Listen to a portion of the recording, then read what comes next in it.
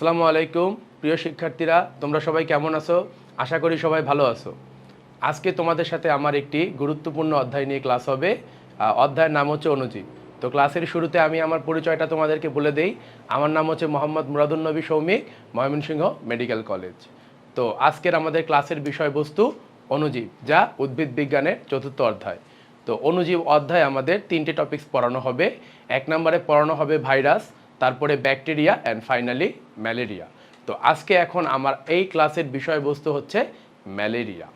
তো ম্যালেরিয়া অধ্যায়টা বা ম্যালেরিয়া পোর্শনটা এমন একটা অধ্যায় যেটা সাধারণত আমরা ইন্টারমিডিয়েটে কিছুটা কি করি বলো তো ভাইয়া, স্কিপ করার ট্রাই করি, কারণ এখানকার লাইনগুলো কেমন হিজিবিজি থাকে, তো আমাদের আসলে পড়তে তেমন ভালো লাগে না। চেষ্টা করব তোমাকে যে ম্যালেরিয়ার ফুল কনসেপ্টটা একেবারে জিরো থেকে হিরোতে নিয়ে যাওয়ার। তো কথা না বাড়িয়ে চলো আমরা ক্লাস শুরু করি। ক্লাসের মধ্যেই কথা হবে এবং মজা করে আমরা ইনশাল্লাহ অণুজীব অধ্যায়টা শেষ করব। তো লেটস স্টার্ট। ওকে, ফাইনালি আমরা যেহেতু আজকে পড়ব হচ্ছে ম্যালেরিয়া, তো ম্যালেরিয়ার ইতিহাসটা জানা আমার খুব গুরুত্বপূর্ণ। যে প্রত্যেকটা রোগ বা যে রোগটা মহামারী আকারে বিস্তার করে তার ইতিহাস জানাটা খুবই আমাদের জন্য কি গুরুত্বপূর্ণ। আচ্ছা, প্রথমে যদি আমি ম্যালেরিয়া শব্দটাকে ভাঙি বা আমরা যদি ওয়ার্ড মিনিংগুলা বোঝার চেষ্টা করি যে ম্যালেরিয়া আর অর্থটা আসলে কি। এখানে দেখো, প্রত্যেকটা ভাষার তো রুট থাকে, তাই না? যেমন আমরা দেখো ইংলিশে কথা বলি, বাংলাতে কথা বলি, উর্দুতে কথা বলি, আরবিতে কথা বলি। তো আমাদের বায়োলজির ক্ষেত্রে সেটা হোক উদ্ভিদ বিজ্ঞান, হোক প্রাণী বিজ্ঞান, এখানে গ্রিক এবং ল্যাটিনদের একটা ভূমিকা ছিল, কারণ গ্রিক এবং ল্যাটিনরাই সর্বপ্রথম বায়োলজিক্যাল টার্মগুলো নিয়ে আলোচনা করেন। এছাড়াও কিছু কিছু ভিন্ন ভাষার শব্দ থাকে, তার মধ্যে একটি ভিন্ন ভাষা হচ্ছে ইতালীয় ভাষা। তো এই ম্যালেরিয়া শব্দটার রুট হচ্ছে ইতালীয় ভাষা থেকে, যার ম্যাল শব্দের অর্থ হচ্ছে দূষিত। যেমন দেখবা যে ম্যাল নিউট্রিশন বলে, মানে পর্যাপ্ত পুষ্টি পায় না বা কম পুষ্টি। তাহলে ম্যাল শব্দের অর্থ কি? দূষিত। আর এরিয়া শব্দের অর্থ কি? বাতাস। তাহলে ম্যাল এরিয়া মানে কি? দূষিত বাতাস। অর্থাৎ প্রাচীনকালে মানুষের একটা বিশ্বাস ছিল কি বলতো ভাইয়ারা, দ্রুত বা যেটা হচ্ছে দূষিত বাতাস সেবনে কি হয়? ম্যালেরিয়া হয়। মানে খারাপ বাতাসের কারণে ম্যালেরিয়া হয়। আমরা দেখবা আগের কালে অনেক রোগ হতো, যে তোমরা ওই যে বুধার গল্প পড়ছো না বাংলা প্রথম পত্রে, হাঙর নদী গ্রেনেডের? তো ওখানে দেখবা যে বুধার সকল পরিবারের সকলে মারা যায় কলেরা রোগে। কিন্তু তখন কি তারা জানতো এটা কলেরা? জানতো না কলেরা। তখন তাদের ধারণা ছিল কি, খারাপ একটা বাতাসের কারণে মানুষ সব মরে যাচ্ছে। তো ম্যালেরিয়ার কনসেপ্টটা আগে আসলে কি ছিল? খারাপ বাতাসের কারণে মানুষ কি যাচ্ছে? মারা যাচ্ছে। এবং সেই কনসেপ্ট থেকেই তার নাম কি? সেই কনসেপ্ট থেকেই তার নাম হচ্ছে ম্যালেরিয়া, অর্থাৎ দূষিত বাতাস। কিন্তু ম্যালেরিয়ার ইতিহাসটা আরও প্রাচীন। যদি আমরা একটু দেখার চেষ্টা করি, দেখো ম্যালেরিয়া হচ্ছে বিশ্বের প্রাচীনতম রোগগুলোর মধ্যে অন্যতম। খ্রিস্টপূর্ব 2700 অব্দের শুরুতে চীন দেশে এটা ছিল অনুপম পর্যাবৃত্ত জ্বর। কি জ্বর ছিল বলো তো ভাইয়া? অনুপম পর্যাবৃত্ত জ্বর। অনুপম মানে কি? এখানে দেখো, অনুপমের ইংলিশ হচ্ছে ইউনিক পেরিওডিক ফিভার। ফিভার মানে আমরা সবাই জানি কি বলতো? জ্বর। আর পর্যাবৃত্ত বলতে কি বোঝায়? যে নির্দিষ্ট সময় পর পর আসে। তো ন্যাচারালি আমাদের জ্বর হয় কিভাবে? ধরো আজকে জ্বর হলো, কালকে সুস্থ হয়ে গেলাম, পরের দিন আবার জ্বর আসলো, আবার সুস্থ হয়ে গেলাম। এরকম জ্বর কি হয়? তা না। জ্বরে আমরা 2 দিন হলাম, সুস্থ হলাম, সুস্থ হওয়ার পর তো সুস্থ, আর তো জ্বর হবে না। কিন্তু এটা একটা ব্যতিক্রম ধর্মী জ্বর, যেটা 24, 48 ঘন্টা, 72, স্পেসিফিকলি বললে 48 থেকে 72 ঘন্টা পর পর এই জ্বরটা আসে। 48 ঘন্টা মানে কত দিন বলো তো? 2 দিন। আর 72 ঘন্টা মানে কি? 3 দিন। তাহলে 48 থেকে 72 ঘন্টা পর পর এই জ্বরটা আসে। তাহলে এই জ্বরটা কি জ্বর? পর্যাবৃত্ত জ্বর। এখন যেহেতু এইরকম কোনো জ্বর আগে পাওয়া যাইতো না, নতুন করে পাওয়া গেছে, এই জন্য তার নাম কি হয়েছে? Unique periodic fever. কি নাম হয়েছে বলো তো ভাইয়ারা?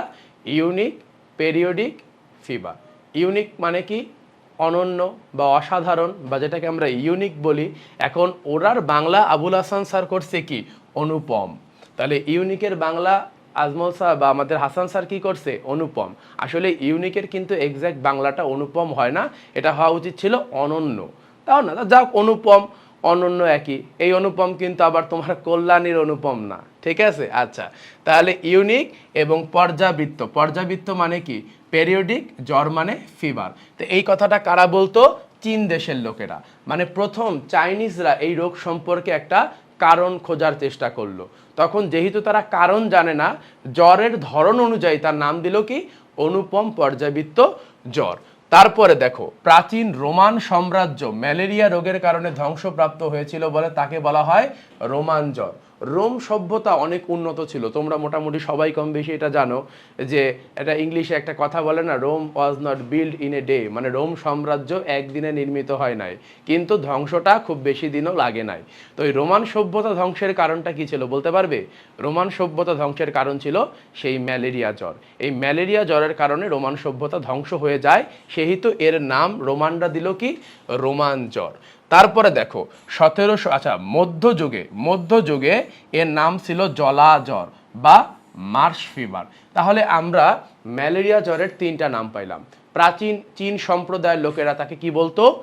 অনুপম পর্যাবৃত্ত জ্বর, ইংলিশে ইউনিক পেরিওডিক ফিভার। তারপরে রোমান সভ্যতা এই জ্বরের কারণে ধ্বংস হয়ে গেল, তাই আমরা এর নাম দিলাম কি? রোমান জ্বর। এবং মধ্যযুগে এটাকে বলা হতো জলা জ্বর। পরবর্তীতে 1700 কত সালে দেখো, 1753 সালে এই শব্দটা প্রবর্তন করেন ম্যালেরিয়া। শব্দটি সর্বপ্রথম ব্যবহার করেন বিজ্ঞানী টর্টি। কে নাম বিজ্ঞানীর? বিজ্ঞানী টর্টি। বিজ্ঞানী টর্টি 1753 সালে প্রথম এই জ্বরের নাম দেন কি? ম্যালেরিয়া। কি নাম দিল ভাইরা? ম্যালেরিয়া। এইবার দেখো তোমাদেরকে আমি যেটা পড়ালাম, দুটি ইতালীয় শব্দ, ম্যাল শব্দের অর্থ দূষিত, এরিয়া শব্দের অর্থ বায়ু থেকে ম্যালেরিয়া শব্দের উৎপত্তি, যার আবিধানিক অর্থ দূষিত বায়ু। কারণ কি বলতো? প্রাচীনকালে মানুষের ধারণা ছিল কি? দূষিত বায়ু সেবনে ম্যালেরিয়া হয়। তাহলে মোটামুটি ম্যালেরিয়ার কনসেপ্ট কি ভাই তোমাদের ক্লিয়ার? আমি আরেকবার বলি, প্রথমে চীনারা মনে করত যে এই জ্বরটার কারণ তারা জানতো না। তখন তারা জানতো কি? এই জ্বরটা কিছুদিন পর পর আসে আবার ভালো হয়, আসে আবার ভালো হয়। তো এটার নাম হলো অনুপম পর্যাবৃত্ত জ্বর। রোমান সভ্যতা ধ্বংসের কারণে নাম হলো রোমান জ্বর, আর মধ্যযুগে বলা হতো জলাজল বা মার্শ ফিভার। পরবর্তীতে ইতালিয়ান বিজ্ঞানী টার্টি 1753 সালে ইতালীয় দুটা শব্দ ম্যাল আর এরিয়া, যার অর্থ দূষিত বাতাস। তো টর্টির ধারণা কি ছিল? দূষিত বাতাসের কারণে ম্যালেরিয়া হয়, এই কারণে তার নামটা হলো ম্যালেরিয়া। তো মোটামুটি ম্যালেরিয়ার একটা কনসেপ্ট পাইলাম। তারপরে দেখো 1880 সালে ফরাসি সেনাবাহিনীর ডাক্তার আলফোসে ল্যাভেরান, ইনি কি করলো? মানুষের রক্তের লোহিত রক্তকণিকায় পরজীবী উপস্থিতি আবিষ্কার করলো এবং ম্যালেরিয়ার কারণ হিসাবে প্রোটোজোয়াকে প্যাথোজেনিক এজেন্ট রূপে দায়ী করলো। তাহলে এতক্ষণ যে টর্টি বলে গেল যে দূষিত বাতাসের কারণে ম্যালেরিয়া হয়, কনসেপ্টটা কি সঠিক? কনসেপ্টটা সঠিক ছিল না। কনসেপ্টটা কি সঠিক ছিল? কনসেপ্টটা সঠিক ছিল না। তো কি করা ঘটনাটা ঘটলো দেখো, সেটা হচ্ছে এই যে সর্বপ্রথম মানুষের লোহিত রক্তকণিকার, মানে মানুষের যে আরবিসি, এই আরবিসিতে তোমার কি ঘটলো? ম্যালেরিয়ার কারণ হিসাবে প্রোটোজোয়াকে প্যাথোজেনিক এজেন্ট রূপে। প্যাথোজেন মানে কি বোঝো? প্যাথোজেন মানে হচ্ছে জীবাণু। প্যাথোজেন মানে কি ভাইয়া বলো তো? জীবাণু। আর আমি তোমাদের আগের ক্লাসেও বলছিলাম যে কোনো কিছু লাস্টে যদি লজি থাকে, বিশদ জ্ঞান, যেমন ভাইরাস নিয়ে আলোচনা করা ভাইরোলজি, ব্যাকটেরিয়া নিয়ে আবিষ্কার করা ব্যাকটেরিওলজি, মাইক্রোবস নিয়ে আলোচনাকে বলা হয় মাইক্রোবায়োলজি। তো প্যাথোজেন নিয়ে যেখানে আলোচনা করা হয় তাকে কি বলবো? প্যাথোলজি। তো প্যাথোলজিক্যাল টেস্ট করো না তোমরা? দেখো না ব্লাড টেস্ট করে, সিরাম ক্রিয়েটিনিন টেস্ট করে, বা এই যে প্যাথোলজিক্যাল যে টেস্ট, এই টেস্ট করে কি দেখা হয়? কোনো রোগ জীবাণু আছে কি না, ইউরিনে কোনো ভাইরাস ব্যাকটেরিয়া পাওয়া যায় কি না, ব্লাডে কোনো প্রোটোজোয়া আছে কি না, ব্লাডে কোনো ভাইরাস ব্যাকটেরিয়া আছে কি না, এই জন্য তো ব্লাড টেস্ট করি আমরা। তাহলে ওই এজেন্টটার নাম কি? Pathogenic agent. তাহলে আমরা কি বুঝলাম? তাহলে ম্যালেরিয়ার কারণ হিসাবে প্রোটোজোয়াকে প্যাথোজেনিক এজেন্ট হিসাবে দায়ী করেন প্রথম একজন বিজ্ঞানী, তার নাম কি? ল্যাভেরান। তাহলে সর্বপ্রথম 100 বছরের যে একটা ভ্রান্ত ধারণা ছিল যে খারাপ বাতাসের কারণে ম্যালেরিয়া হয়, এই 100 বছরের ভ্রান্ত ধারণাকে কে ভুল প্রমাণ করেন বলো তো? এই ভুল ধারণাকে প্রমাণ করেন ল্যাভেরন। কিন্তু এখন পর্যন্ত কিন্তু আমরা কোনো সলিউশনে আসি নাই। আমরা জানতে পারলাম যে এটা খারাপ বাতাসের কারণে হয় না, এটা একটা পরজীবীর কারণে হয়। এটা একটা কিসের কারণে হয় বলো তো ভাইয়া? একটা পরজীবীর কারণে হয়, যে পরজীবীটা মানুষের আরবিসিতে থাকে বা এরকম একটা। কিন্তু এই ম্যালেরিয়ার হাত থেকে আমরা কিভাবে রক্ষা পাবো বা ম্যালেরিয়া থেকে বাঁচার উপায় কি, এটা কি আমরা এখনো জানি না। পরবর্তীতে ভারতে কর্মরত ব্রিটিশ সেনাবাহিনীর ডাক্তার, তার নাম কি বলতে পারবা? স্যার রোনাল্ড রস। একটা জিনিস খেয়াল করবা, যখন এই সাবকন্টিনেন্ট বা উপমহাদেশ যখন ব্রিটিশদের অধীনে ছিল, তখন অনেক ডাক্তার ইঞ্জিনিয়ার তোমার ব্রিটেন থেকে বা বাংলাদেশে আসতো না চাকরি সুবাদে। তো এরকম ভারতে কর্মরত, মানে তার চাকরির পোস্টিং ভারতে, কিন্তু সে মূলত কোন দেশের ডাক্তার? British doctor. তো ভারতে কর্মরত ব্রিটিশ ডাক্তার স্যার রোনাল্ড রস। স্যার কি বলতো? একটা টাইটেল, একটা উপাধি, যে নাইট উপাধি যারা পায় তাদের নামের আগে স্যার শব্দটা যুক্ত করা হয়। যেমন বাংলাদেশের একজনের নামের আগে স্যার আছে, যেমন হচ্ছে ব্র্যাকের প্রতিষ্ঠাতা স্যার ফজলে হাসান আবেদ। ক্লিয়ার? আচ্ছা যাও, ওগুলো তোমার দরকার নেই। তো এই স্যার রোনাল্ড রস ইনি কি বলল, যে অ্যানোফিলিস নামে একটা মশকি আছে, মশকিটার নাম কি? অ্যানোফিলিস মশকি। এই অ্যানোফিলিস মশকি যখন তোমাকে কামড় দিবে, তুমি যদি ম্যালেরিয়া পজিটিভ হও, তাহলে সে ম্যালেরিয়ার প্যাথোজেনটাকে তার মধ্যে নিবে। তারপর এই মশা কুটুস করে যখন আরেকজনকে কামড় দিবে, ও ওই প্যাথোজেনটা দিলে সেও এই ম্যালেরিয়াতে আক্রান্ত হবে। তাহলে এই আমার দেহ থেকে অন্যর দেহতে ম্যালেরিয়া জীবাণুটাকে বহন করলো বা ভেক্টর হিসাবে কে কাজ করলো? স্ত্রী অ্যানোফিলিস মশকি। এই আবিষ্কারের মাধ্যমে আমরা মোটামুটি জানতে পারলাম যে ম্যালেরিয়াটা কিভাবে ছড়ায়। আর ম্যালেরিয়া থেকে যদি আমরা নিজেকে রক্ষা করতে চাই, তাহলে আমাদেরকে কোন ধরনের ডিফেন্সিভ প্রোটেকশন নেওয়া উচিত। তো মোটামুটি শিক্ষার্থী বন্ধুরা, আমরা ম্যালেরিয়ার মোটামুটি একটা ইতিহাস পাতিহাস সব পড়ে ফেললাম, তাই তো নাকি? তো বই থেকে আসলে একটা রিডিং দিয়ে দিই যেন ক্লিয়ার হয়ে যায়। আর মেডিকেল ভর্তি পরীক্ষার জন্য মূল বইয়ের কোনো বিকল্প নাই, এইটা সব সময় মনে রাখবা। মূল বইয়ের বিকল্প শুধুমাত্র মূল বই। তো আমাদেরকে মেডিকেল ভর্তি পরীক্ষার জন্য অবশ্যই আবুল হাসান স্যারের বইয়ের প্রত্যেকটা লাইন বুঝে বুঝে পড়তে হবে। যে কোনো গাইড বই তুমি পড়ো, তার আগে অবশ্যই মূল বই, কারণ তার নামই হচ্ছে মূল। ওকে, আচ্ছা এইবার দেখো, এই কারণে ল্যাভেরনকে 1907 খ্রিস্টাব্দে ফিজিওলজি এবং মেডিসিনে নোবেল পুরস্কার দেওয়া হয়। ল্যাভেরনকে কেন নোবেল পুরস্কার দেওয়া হলো? তিনি প্যাথোজেনিক এজেন্ট রূপে প্রোটোজোয়াকে মানুষের আরবিসিতে শনাক্ত করলো। আচ্ছা, তারপরে দেখো, এই যে ভারতীয় মেডিকেল সার্ভিসে কর্মরত ব্রিটিশ সেনাবাহিনীর ডাক্তার স্যার রোনাল্ড রস আবিষ্কার করেন যে অ্যানোফিলিস গণভুক্ত মশকিরা এই রোগের জীবাণু এক দেহ থেকে অন্য দেহে বিস্তার ঘটায়। এই যুগান্তকারী আবিষ্কারের জন্য তাকেও নোবেল পুরস্কার দিলাম। খেয়াল করে দেখো, এইখানে যে মোটামুটি যে বিজ্ঞানীগুলোর নাম বলা আছে, টর্টি, ল্যাভেরন আর রোনাল্ড রস, এর মধ্যে টর্টিকে আমরা নোবেল দিব? কেন নোবেল দিব? টর্টি কি বলছে? দূষিত বাতাসের কারণে ম্যালেরিয়া হয়। ওকে তো নোবেল দেওয়ার কোনো প্রশ্ন ওঠে না, কারণ ওর জিনিসটা কোনো গুরুত্ব বহন করে না এবং এটা একটা ভুয়া কথা, তাই না? কিন্তু তার পরবর্তীতে আমাদের ল্যাভেরন কি বলল, যে প্যাথোজেনিক এজেন্ট রূপে তিনি শনাক্ত করলো যে ম্যালেরিয়ার কারণ একটা প্রোটোজোয়া, এই কারণে তাকেও আমরা নোবেল দিলাম। তারপরে তো যেহেতু সলিউশন পাইলাম না, রোনাল্ড রস যখন বলল যে স্ত্রী অ্যানোফিলিস গণভুক্ত মশকি এটার ভেক্টর বা বাহক হিসাবে কাজ করে, তখন আমরা জানতে পারলাম ম্যালেরিয়া থেকে আমরা আসলে কিভাবে নিজেকে রক্ষা করতে পারবো। এই কারণে আমরা তাকেও নোবেল দিলাম। এখন একটা জিনিস চিন্তা করো, এই রোনাল্ড রস নোবেল পাইছে 1902 সালে আর ল্যাভেরন নোবেল পাইছে 1907 সালে। কিন্তু মজার একটা ব্যাপার কি জানো, ল্যাভেরন তো তোমার রোনাল্ড রসের আগে বলছে। মানে ল্যাভেরন যখন বলছে যে তোমার প্যাথোজেনিক এজেন্ট রূপে দায়ী হচ্ছে প্রোটোজোয়া, তার কারণে ম্যালেরিয়া হয়, তারপরে না রোনাল্ড রস বলল যে তার বাহক হিসাবে কে কাজ করে? স্ত্রী অ্যানোফিলিস গণভুক্ত মশকি। তা রোনাল্ড রসকে নোবেল দেওয়া হলো 1902 সালে আর ল্যাভেরনকে দেওয়া হলো 1907 সালে। জিনিসটা কেমন হলো না? এইটা মনে রাখবে এভাবে, যে ল্যাভেরনের কাজটা তো কারণ, কিন্তু প্রবলেমের সলিউশনটা আসছে কার মাধ্যমে? মানে আমরা তো ম্যালেরিয়া নিয়ে পড়াশোনা করতে চাই না, ম্যালেরিয়াতে যা খুশি হয়ে যাক, এটা কি আমাদের দেখার ব্যাপার? আমার যেন ম্যালেরিয়া না হয় সেটাই তো গুরুত্বপূর্ণ। তো ল্যাভেরন যখন সর্বপ্রথম বলল যে প্রোটোজোয়া, তখনও কিন্তু সমস্যার সমাধান হয় নাই। কিন্তু রস যখন বলল, স্যার রোনাল্ড রস, যে এটার বাহক হচ্ছে স্ত্রী অ্যানোফিলিস গণভুক্ত মশকি, অর্থাৎ মশকির হাত থেকে যদি আমি আমাকে রক্ষা করতে পারি তাহলেই মোটামুটি এই ম্যালেরিয়া থেকে আমরা নিজেদেরকে রক্ষা করতে পারবো। এই কারণে প্রথমে রোনাল্ড রসকে নোবেল পুরস্কার দেওয়া হলো। পরবর্তীতে ল্যাভেরন যেহেতু বলছে, ল্যাভেরন আবিষ্কার না করলে তো আর রোনাল্ড রস নোবেল পাইতো না। তারপরে আমরা 5 বছর পরে কি করলাম, ল্যাভেরনকেও নোবেল পুরস্কার দিলাম। তো ম্যালেরিয়া এত গুরুত্বপূর্ণ একটা টপিক, সেটা নিয়ে 2 জন বিজ্ঞানী নোবেল পুরস্কার পান। তো চলো সামনের দিকে আগাই। আচ্ছা, তারপরে বলা হচ্ছে দেখো 1948 সালে একজন বিজ্ঞানীর নাম হচ্ছে শর্ট, তিনি মানুষের যকৃত কোষে প্রি অ্যারেথ্রোসাইটিক সাইজোগনির বর্ণনা দেন। এখন তুমি বলতে পারো ভাইয়া প্রি অ্যারেথ্রোসাইটিক সাইজোগনি কি? এইটা নিয়ে অনেকের কথাবার্তা থাকতে পারে যে প্রি অ্যারেথ্রোসাইটিক সাইজোগনি এইটা আবার কি জিনিস, তাই না? প্রি অ্যারেথ্রোসাইটিক সাইজোগনি কি?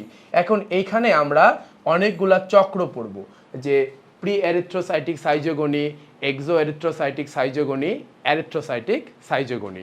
তো ম্যালেরিয়া যে পরজীবী, এর 2 ধরনের জনন হয়, একটা হচ্ছে যৌন জনন, আরেকটা কি অযৌন জনন। তাহলে যৌন জননকে আমরা কি বলবো? Sexual reproduction. আর অযৌন জনন মানে কি? Asexual reproduction. কারণ সেক্স শব্দের অর্থ যৌন, আর গ্রিক শব্দ অর্থ না। কোনো কিছু যদি তোমার বইয়ের শুরুতে দেখো থাকে, যেমন অ্যাপোলার মানে কোনো পোল নাই। তারপর হচ্ছে আমরা যদি বলি দিয়ে অ্যাসিলোমেট মানে কি? অ্যাসিলোমেট মানে কোনো সিলম নাই। ওকে, তাহলে মানে কি? নাই। মানে কি? নাই। তাহলে অ্যাসেক্সুয়াল। তাহলে এখন দেখো ম্যালেরিয়া পরজীবীর জনন হয় 2 প্রকার, যৌন জনন আর অযৌন জনন। যৌন জননটা ঘটে মশকির দেহে। কার দেহে ঘটে? মশকির দেহে ঘটে। আর যৌন জননটাই নিশ্চয়ই প্রাধান্য পাবে, তাই না? বায়োলজিক্যাল কনসেপ্টের উপর যদি আমি চিন্তা করি, জননের ভিত্তিতে ক্লাসিফিকেশনগুলাই সাধারণত গুরুত্বপূর্ণ হয়। তো যেহেতু ম্যালেরিয়া পরজীবীর যৌন জনন কার দেহে ঘটে? ম্যালেরিয়া পরজীবীর যৌন জনন ঘটে মশকির দেহে। ম্যালেরিয়া পরজীবীর যৌন জনন কার দেহে ঘটে? মশকির দেহে। এই কারণে মশকিকে বলা হয় মুখ্য পোষক, আর ম্যালেরিয়াকে কি বলা হয়, বা মানুষকে বলা হয় গৌণ পোষক। তাহলে জননের ভিত্তিতে যদি আমি প্রকারভেদ করি ম্যালেরিয়া পরজীবীতে জনন, যৌন জননটা কার দেহে ঘটে? মশকির দেহে ঘটে। এই কারণে মশকিকে বলবো মুখ্য পোষক, আর মানুষকে কি বলবো? গৌণ পোষক। পোষক মানে তো বুঝো, এটা তো পরজীবী। পরজীবী তো কোনো পোষক দেহের উপর নির্ভর করেই বাঁচবে, তাই না? পরজীবী মানে কি? যে পরের উপর নির্ভর করে জীবিকা নির্বাহ করে, তাকে আমরা কি বলবো? পরজীবী। কি বলবো ভাইয়া? পরজীবী। তাহলে পরজীবী শব্দের অর্থই পরের উপর নির্ভর করবে, তাহলে একটা পোষক দেহের উপর নির্ভর করে বাঁচবে। তো যে পোষক দেহে তোমার যৌন জনন হবে তাকে আমরা বলবো মুখ্য পোষক, আর যে দেহে অযৌন জনন হবে তাকে আমরা কি বলবো? গৌণ পোষক। মশকির দেহে যেহেতু ম্যালেরিয়া পরজীবীর যৌন জনন ঘটে, মশকিকে আমরা বলবো মুখ্য পোষক, আর মানুষকে কি বলবো? গৌণ পোষক। Is it clear? আচ্ছা, ঠিক আছে। তো এই যে অযৌন জনন যেটা মানুষের দেহে ঘটে, এখানে আবার 2টা জায়গাতে ঘটে। কিছু পরজীবীর অংশ আমাদের লিভার বা যকৃৎ কোষকে অ্যাটাক বা আক্রমণ করে, আর কিছু কোষ সরাসরি আরবিসিতে চলে যায়। তো আরবিসিতে গিয়ে যে চক্রটা হয় সেটা হচ্ছে এরিথ্রোসাইটিক সাইজোগনি। কি নাম? Erythrocytic schizogony. এরিথ্রোসাইট মানে কি বলতো? লোহিত রক্তকোষ বা লোহিত রক্তকণিকা, তাই না? আমরা পড়ছি না লিউকোসাইট, এরিথ্রোসাইট, থ্রম্বোসাইট? এটা তো মোটামুটি তোমাদের সবারই পড়া আছে যতটুকু জানি। আচ্ছা, তাহলে লোহিত রক্তকণিকাতে যে চক্রটা ঘটে তার নাম এরিথ্রোসাইটিক সাইজোগনি। আচ্ছা, তোমাদের কি প্রশ্ন জাগে সাইজোগনি শব্দটা কেন বললাম? সাইজোগনি শব্দটা আসছে মূলত সাইজন্ট থেকে। তোমরা বোটানির যে কোষ বিভাজন যে অধ্যায়টা, সেখানে পড়বে যে নিউক্লিয়াসের বিভাজনকে বলে karyokinesis. That's means nucleus means carry-on, মানে নিউক্লিয়াসের অর্থ কি? ক্যারিয়ন। তাহলে নিউক্লিয়াসের বিভাজন ক্যারিওকাইনেসিস, আর সাইটোপ্লাজমের বিভাজন কি হবে তাহলে বলো? সাইটোকাইনেসিস। তো কোনো উদ্ভিদে যদি বারবার ক্যারিওকাইনেসিস হয় কিন্তু কোনো সাইটোকাইনেসিস না হয়, তাহলে একটা কোষের মধ্যে কি অনেকগুলো নিউক্লিয়াস পাওয়া যাবে না? খুবই স্বাভাবিক, মানে বারবার নিউক্লিয়াস বিভাজিত হচ্ছে কিন্তু সেই অনুযায়ী সাইটোপ্লাজম কি হচ্ছে না, বিভাজিত হচ্ছে না। বারবার নিউক্লিয়াস বিভাজিত হচ্ছে সেই অনুযায়ী সাইটোপ্লাজম বিভাজিত হচ্ছে না। তাহলে একটা কোষের মধ্যে কি পাওয়া যাবে, অনেকগুলো নিউক্লিয়াস পাওয়া যাবে। তো বহু নিউক্লিয়াস বিশিষ্ট এই দশাটার নাম হচ্ছে সাইজন্ট। বহু নিউক্লিয়াস বিশিষ্ট দশাটার নাম কি বলো, সাইজন্ট। এখন চিন্তা করো, যদি কোনো উদ্ভিদ কোষে এরকম বহু নিউক্লিয়াস দেখা যায় তাহলে তাকে বলা হয় সিনোসাইটিক উদ্ভিদ কোষ। আর কোনো প্রাণী কোষে যদি এরকম দেখা যায় তাহলে তাকে আমরা কি বলবো, প্লাজমোডিয়াম। তো ম্যালেরিয়াতে এরকম একটা দশা আছে, যে দশাটার নাম কি, সাইজন্ট। কি দশার নাম, সাইজন্ট। তাহলে অ্যারিথ্রোসাইটে যখন সাইজন্ট দেখা যাবে তাহলে ওই চক্রটা হবে অ্যারিথ্রোসাইটিক সাইজোগনি, আর যকৃতে যখন সাইজোগনি দেখা যাবে তখন তার নাম হবে হ্যাপাটিক সাইজোগনি। কনসেপ্ট কি ক্লিয়ার? এবং ম্যালেরিয়া যেহেতু একটা পরজীবী, সে তো আর উদ্ভিদ না, সে তো একটা জীব নাকি, যেহেতু পরজীবী, তাহলে প্রাণীকোষ যদি আমি ধরি তাহলে প্লাজমোডিয়াম। এ কারণে দেখবা ম্যালেরিয়ার যে প্রজাতিগুলো সবার নামের আগে কি আছে, plasmodium vivax, plasmodium malariae, plasmodium falciparum, plasmodium ovale. এই প্লাজমোডিয়াম দ্বারাই বোঝা যাচ্ছে এর মধ্যে অনেকগুলা নিউক্লিয়াস আছে। কথা ক্লিয়ার? তো এখন এই যে হ্যাপাটিক সাইজোগনি হয়, এই হ্যাপাটিক সাইজোগনিটা আবার দুই ভাগে বিভক্ত। একটা হচ্ছে প্রি আর একটা হচ্ছে এক্সো। মানে প্রি মানে পূর্বে, এক্সো মানে পরে। তাহলে একটা হচ্ছে প্রি অ্যারিথ্রোসাইটিক সাইজোগনি, মানে এরিথ্রোসাইটিক সাইজোগনির আগে, আরেকটা কি এক্সো অ্যারিথ্রোসাইটিক সাইজোগনি, অর্থাৎ এরিথ্রোসাইটিক সাইজোগনির পরে। ক্লিয়ার? তাহলে pre erythrocytic schizogony, erythrocytic schizogony, exo erythrocytic schizogony, এগুলা কার দেহে ঘটে, মানুষের দেহে ঘটে, মানে অযৌন জননের অংশ। তো এইখানে একজন বিজ্ঞানীর নাম দেখো, 1948 সালে বিজ্ঞানী শর্ট, 1948 সালে বিজ্ঞানী শর্ট কি করেন, মানুষের যকৃত কোষে প্রি অ্যারিথ্রোসাইটিক সাইজোগনির কি করেন, বর্ণনা দেন। তাহলে এখান থেকে গুরুত্বপূর্ণ আরেকটা এমসিকিউ পাইলাম, প্রি এরিথ্রোসাইটিক সাইজোগনির বর্ণনা দেন কে, বিজ্ঞানী শর্ট। আর ব্লু সোয়ার্ট কি করলো, 1965 সালে ম্যালেরিয়া নির্মূলকরণ পদ্ধতি সম্পর্কে ধারণা দেন। মানে আস্তে আস্তে মোটামুটি ডেভেলপমেন্ট হচ্ছে, তাই না? টর্টি বলল ম্যালেরিয়া, ল্যাভেরন বলল প্যাথোজেনিক এজেন্ট প্রোটোজোয়া, রোনাল্ড রস কি বলল যে এটার বাহক হচ্ছে অ্যানোফিলিস মশকি, তারপরে তোমার শর্ট বলল কি মানুষের দেহে যে অযৌন জননের প্রি হ্যাপাটিক সাইজোগনি সেটা ব্যাখ্যা করলো, তারপরে তোমার কে ব্লু সোয়ার্ড বলল ম্যালেরিয়াকে নির্মূল করে ফেলতে হবে, ম্যালেরিয়া মুক্ত সমাজ চাই নাকি, কারণ কেউ মরতে চায় না। আমাদের জাতিগত সমস্যা কি জানো ভাইয়া, আমরা সবাই জান্নাতে যাইতে চাই কিন্তু কেউ মরতে চাই না। তো এটা ব্যাপারটা কীরকম, যে আমরা সবাই চান্স পাইতে চাই কিন্তু কেউ কষ্ট করতে চায় না। আমরা সবাই ধনী হইতে চাই কিন্তু কেউ কষ্ট করতে রাজি না। আমরা সবাই মেডিকেলে পড়তে চাই কিন্তু ক্লাস করতে রাজি না, বাসায় নিজে পড়তে রাজি না। তো এটা মনে রাখতে হবে, জান্নাত পাওয়ার পূর্ব শর্ত মৃত্যু, তো চান্স পাওয়ার প্রথম শর্ত পড়াশোনা। তো চান্স যদি পেতে চাও তোমাকে অবশ্যই পড়তে হবে। আর পড়াগুলো কীরকম, বুঝে বুঝে পড়তে হবে। নেমোনিক্স দিয়ে তুমি পড়বা, আমি তোমাকে নেমোনিক্স দিয়ে পড়াবো, কিন্তু পড়াটাকে ফিল করে পড়বা, গল্পের মতো পড়বা। যেমন ম্যালেরিয়া, আমি যে তোমাকে ক্লাসে বোঝাচ্ছি, দেখো এটা ওয়ান কাইন্ড অফ একটা থ্রিলার হিস্টোরি, যে একটা ম্যালেরিয়াটা কিভাবে আসলো, ম্যালেরিয়াতে চীনরা কি রাখতো, রোমান সভ্যতারা কি বলতো, মধ্যযুগে তার নাম কি ছিল, তার পরবর্তীতে তোমার ম্যালেরিয়া নামটা কে দিল, কেন দিল, তারপরে কি কারণে ম্যালেরিয়া হয় এটা কে বলল, তারপরে কার মাধ্যমে ছড়ায় এইটা কে বলল, কিভাবে নির্মূল। দেখো মোটামুটি একটা সিকোয়েন্স ভিত্তিক ঘটনা। তুমি যদি জিনিসগুলোকে একটু বুঝে পড়ো দেখবা তোমার নেমোনিক্স লাগবে না।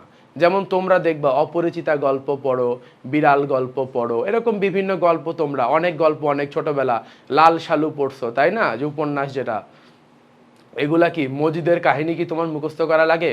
তুমি যখন মজিদ পড়ো তখন দেখবা মজিদ তোমার চোখের সামনে ভেসে ওঠে, হাসুনির মার ছবি তোমার চোখের সামনে চলে আসে, আসে না?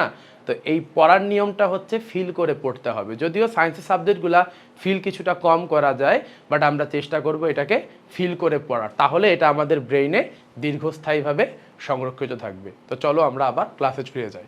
আচ্ছা, এবার দেখো স্বভাব। প্লাজমোডিয়াম হচ্ছে এক ধরনের অন্তঃকোষীয় রক্ত পরজীবী। অন্তঃকোষীয় মানে বুঝছো তো, কোষের ভেতরে, এবং রক্ত পরজীবী মানে এই পরজীবীটা ব্লাডে থাকে। কোথায় থাকে? ইউরিনে থাকবে না, এই পরজীবীটা কোথায় থাকবে? ব্লাডে থাকবে। মানুষ সহ বিভিন্ন মেরুদণ্ডী প্রাণীর যকৃত এবং লোহিত রক্তকণিকা এবং অ্যানোফিলিস মশকির পৌষ্টিক নালী এবং লালা গ্রন্থিতে এরা বসবাস করে। তাহলে মানুষের কোথায় পাওয়া যাবে? যকৃত কোষ এবং লোহিত রক্তকণিকায়। কেন বলতো? আমি একটু আগে তোমাদেরকে বললাম না, হ্যাপাটিক সাইজোগনি এবং কি এরিথ্রোসাইটিক সাইজোগনি। হ্যাপাটিক সাইজোগনি কোথায় আক্রমণ করবে? যকৃতে। আর এরিথ্রোসাইটিক সাইজোগনি কোথায় আক্রমণ করবে? রক্তকোষে। আচ্ছা, ঠিক আছে, এইবার আসো আমরা একটু ম্যালেরিয়া রোগের লক্ষণগুলো পড়ি। তো ম্যালেরিয়া রোগের লক্ষণগুলো পড়ে ফেলি। দেখো, ম্যালেরিয়া পরজীবী দ্বারা যখন আমরা আক্রান্ত হব, সাথে সাথেই দেহে লক্ষণ প্রকাশ পাবে না। মনে করো ব্যাপারটা হচ্ছে যে আজকে থেকেই আমাকে ম্যালেরিয়ার যে অ্যানোফিলিস মশকি আমাকে জীবাণুটা দিয়ে গেল, কালকে থেকে যে আমার ম্যালেরিয়া হয়ে যাবে ব্যাপারটা কিন্তু সম্পূর্ণরূপে তা না। এটা কিছুদিন সুপ্ত থাকবে। এক একটা পরজীবীর সুপ্তিকাল এক এক রকম হয়। এই ব্যাপারে সুন্দর একটি নেমোনিক্স দিয়ে আমি তোমাদেরকে পরের ভিডিওতে ক্লিয়ার করে দিব। তো আমরা আপাতত একটু দেখি।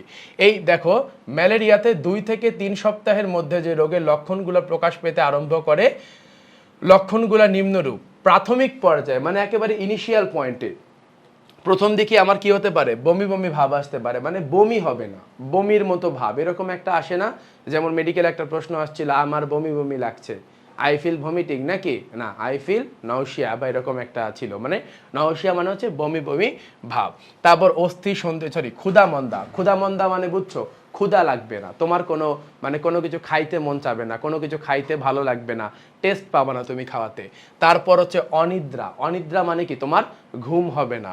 তারপর কোষ্ঠকাঠিন্য, তোমার মলত্যাগটা তুমি ক্লিয়ারভাবে করতে পারবা না।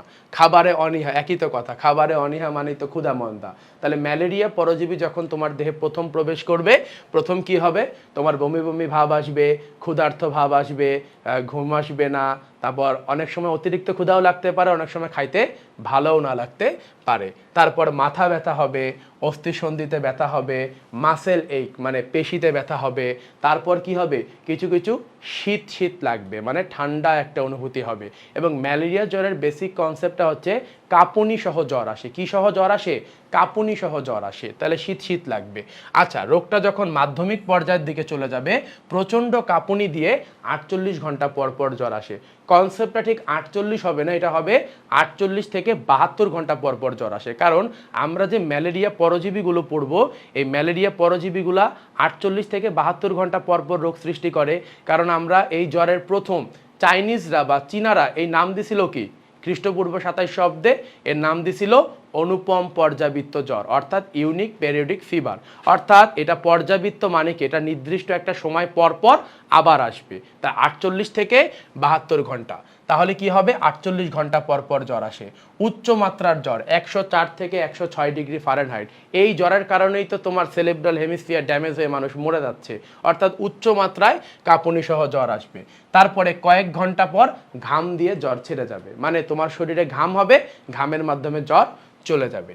তারপর জ্বরের প্রকোপ সাধারণত পূর্বাহ্নে বা অপরাহ্নে হবে। এই দেখো, জ্বর 2 থেকে 3 দিন পর পর হবে। তা আমি তোমাকে বললাম 48 থেকে 72 ঘন্টা পর পর জ্বর আসবে, আর এখানে এটা বললো 2 থেকে 3 দিন পর। কথা কি আলাদা? একদিন তো 24 ঘন্টা। আচ্ছা, এইবার দেখো উত্তাপ অবস্থা। উত্তাপ মানে বুঝছো তো, মোটামুটি দেখো জ্বরের 3টা স্টেজ আছে। প্রথম 20 মিনিট থেকে 1 ঘন্টা তোমার ঠান্ডা লাগবে, মানে শীত শীত লাগবে। তারপর কি হবে? উত্তাপ। প্রথমে ঠান্ডা লাগবে। তোমাদের যদি কারো জ্বর আসে দেখবা, প্রথমে জ্বর আসার প্রথমে একটু ঠান্ডা ঠান্ডা লাগে, অনেকে কম্বল টম্বল মুড়ি দেয়। তারপর গা হাত পা সব কি হয়ে যায়? গরম হয়ে যায়। তাহলে এটা হচ্ছে উত্তাপ অবস্থা 2 থেকে 4 ঘন্টা। আর আমাদের তো ম্যালেরিয়া হয় না, তো আমরা ম্যালেরিয়াটা আসলে ফিল করতে পারবো না যদি কারো ম্যালেরিয়া না হয়। তো ঘাম অবস্থা 2 থেকে 3, তারপর ঘাম হয়ে ছেড়ে যায়। তাহলে প্রথম 20 মিনিট থেকে 1 ঘন্টা আমার কি হবে? শীত লাগবে। মাঝখানে 2-4 ঘন্টা গা গরম হবে, তারপর ঘাম হয়ে ছেড়ে যাবে। আমি মোটামুটি সুস্থ। ওমা, 48 ঘন্টা পর আবার আমার কি হবে? ঘাম হবে। এভাবে এটা চলতেই থাকবে, হয় তুমি সুস্থ হবা অথবা তুমি মরে যাবা। কনসেপ্টটা বুঝছো? খুব মারাত্মক একটা রোগ এটা। আচ্ছা, তাহলে আমরা আরেকবার একটু দেখি। ম্যালেরিয়া জ্বরের 3টা অবস্থা ছিল। একটা ছিল শীত অবস্থা, যেটা 20 মিনিট থেকে 1 ঘন্টা স্থায়ী ছিল। তারপরে উত্তাপ অবস্থা 2 থেকে 4 ঘন্টা। তারপরে ছিল কি? ঘাম অবস্থা। তো ঘামের মাধ্যমে জ্বরটা ছেড়ে গেল। তারপর দেখো রোগের চূড়ান্ত পর্যায় মানে তুমি বুঝছো, মানে একেবারে মোটামুটি যেটা আমরা বলবো যে লাস্ট স্টেজে। তো একেবারে লাস্ট স্টেজের দিকে কি ঘটবে, চূড়ান্ত পর্যায়ে এই রোগীর যকৃত প্লীহা অস্বাভাবিকভাবে স্ফীত হয়ে যাবে, অস্বাভাবিকভাবে বড় হবে। এখন এগুলার তো একটা টার্মিনোলজি আছে, তাই না? আমাদের যকৃত মানে কি, হ্যাপাটো, তাহলে বড় হয়ে যাওয়া মানে হেপাটোমেগালি। আর স্প্লিন বা প্লীহা যদি বড় হয় তাহলে বলা হয় স্প্লিনোমেগালি।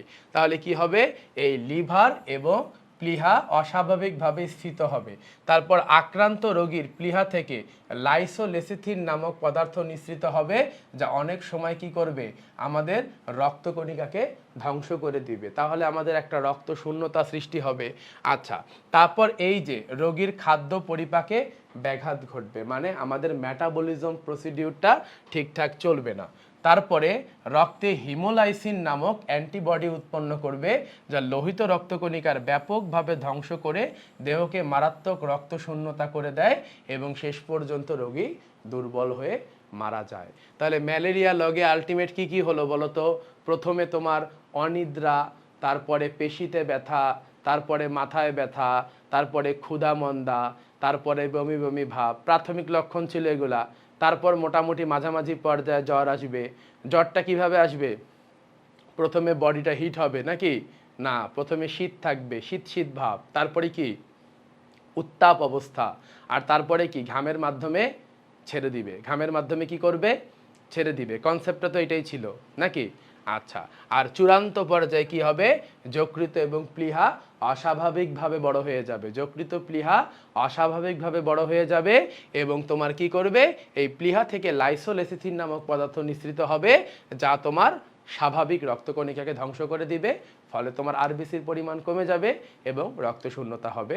এবং এটা তো মূলত জ্বর, এবং এখানে 104 থেকে 6 ডিগ্রি ফারেনহাইট পর্যন্ত জ্বর আসবে। তো প্রিয় শিক্ষার্থীরা, আজকের ক্লাসে আমরা পড়লাম ম্যালেরিয়ার ইতিহাস এবং ম্যালেরিয়া জ্বরের লক্ষণগুলো। তো এখনও ম্যালেরিয়া অনেক দূর বাকি, তাই এইখানকার ক্লাসটা আমি এখান থেকে শেষ করে দিচ্ছি। আমরা পরবর্তী ক্লাসে ম্যালেরিয়া পরজীবী, কোন পরজীবীর সুপ্তিকাল কতদিন, কোন পরজীবীর কারণে কত ঘন্টা পর পর জ্বর আসে, আমরা সেগুলো পড়ব। সবাই আমাদের সাথেই থাকো। ধন্যবাদ। আসসালামু আলাইকুম।